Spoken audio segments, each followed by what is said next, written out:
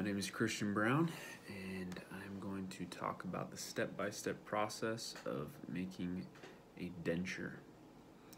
So when the patient first comes in, first thing you do is you take an alginate impression, and we should use a stock tray to capture that alginate impression for both arches.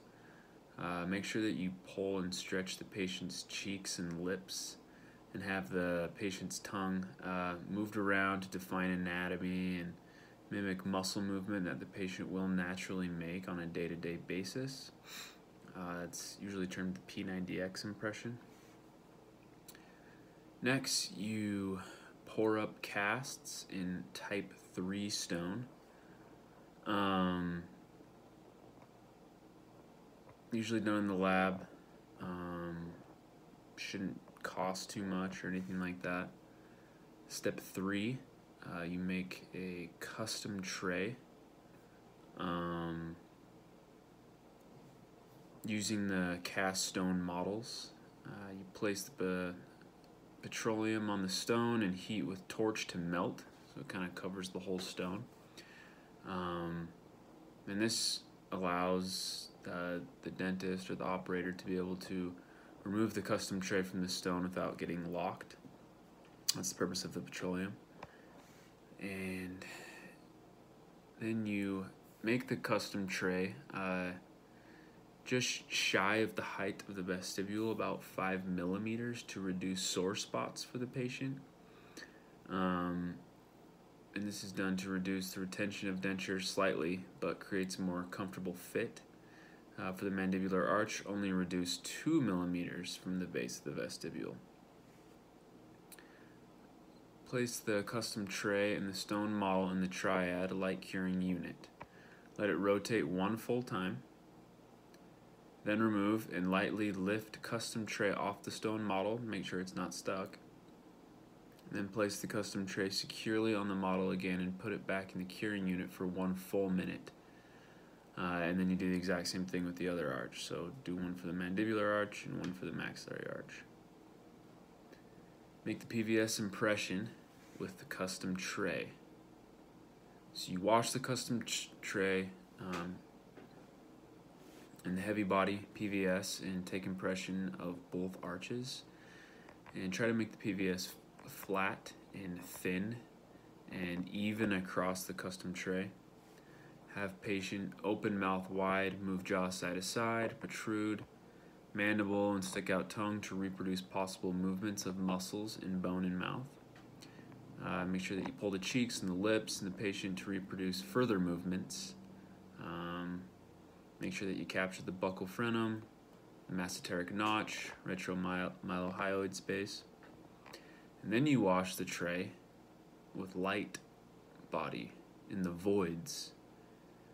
And then reinsert, but make sure that you do cross the entire arch. Otherwise it will not be a clean, smooth impression. And then you dry the patient's palate and mark with the vibrating line. It's like the blue watermark. And I understand it to be the separation of the hard and soft palate. And then have the patient say ah, and look for the movement between that hard and soft palate, and then reinsert the custom tray so the PVS captures that ink mark.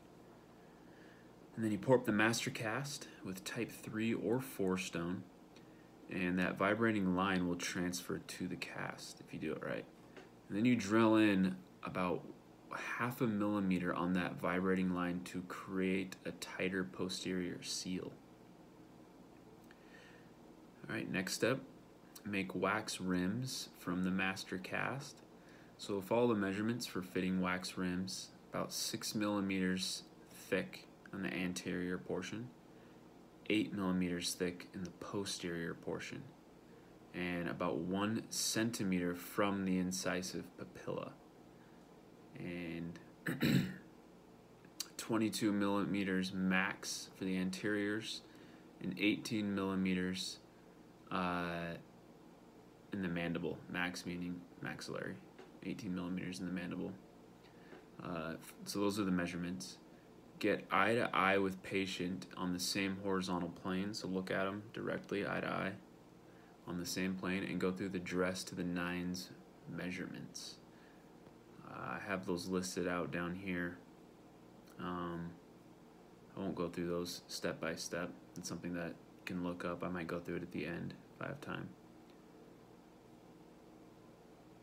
And next, place the patient in alert feeding position with Rax rims in and make PVS bite registration and mark midline on rims with probe.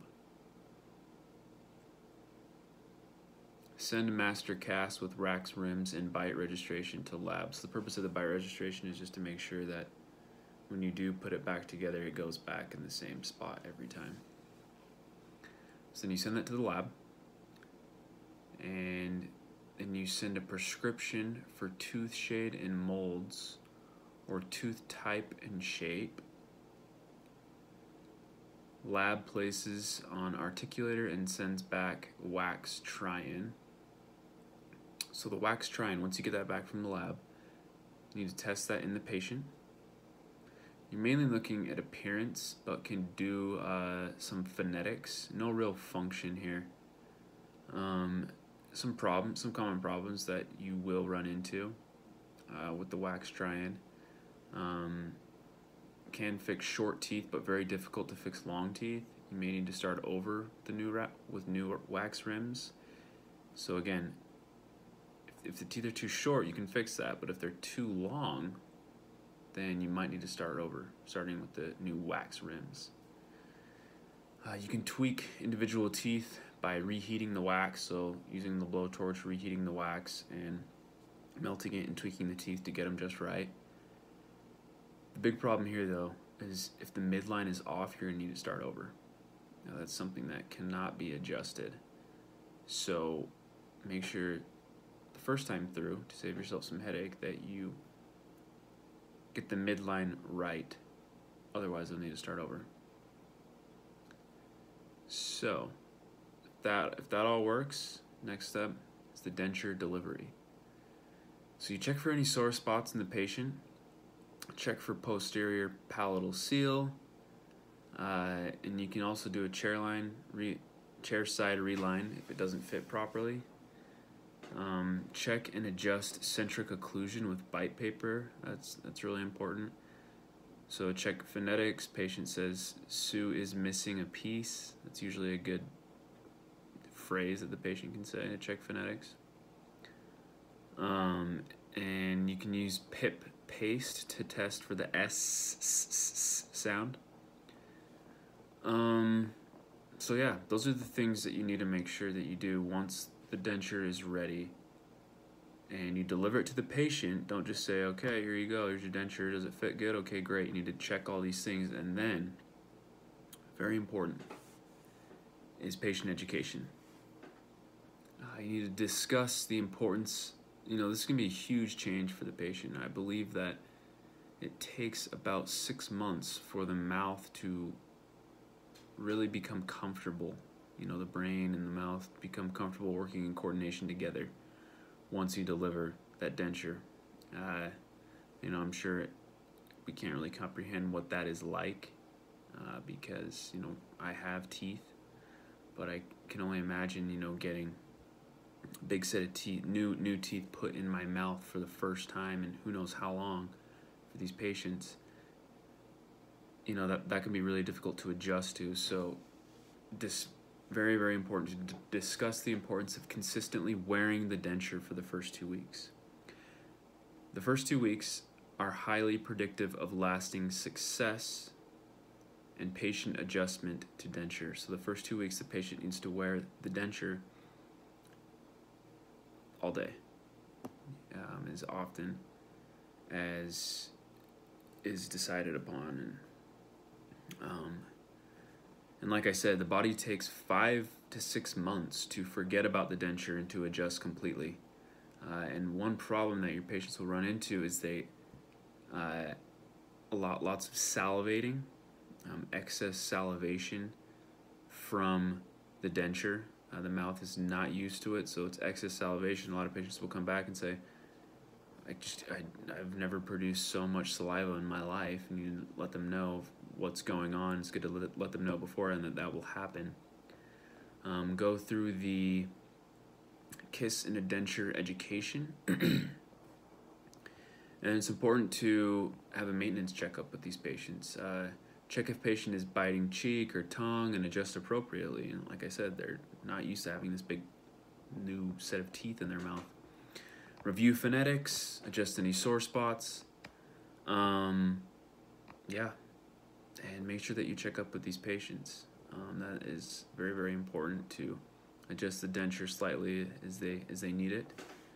And yeah, those are the steps to making a denture.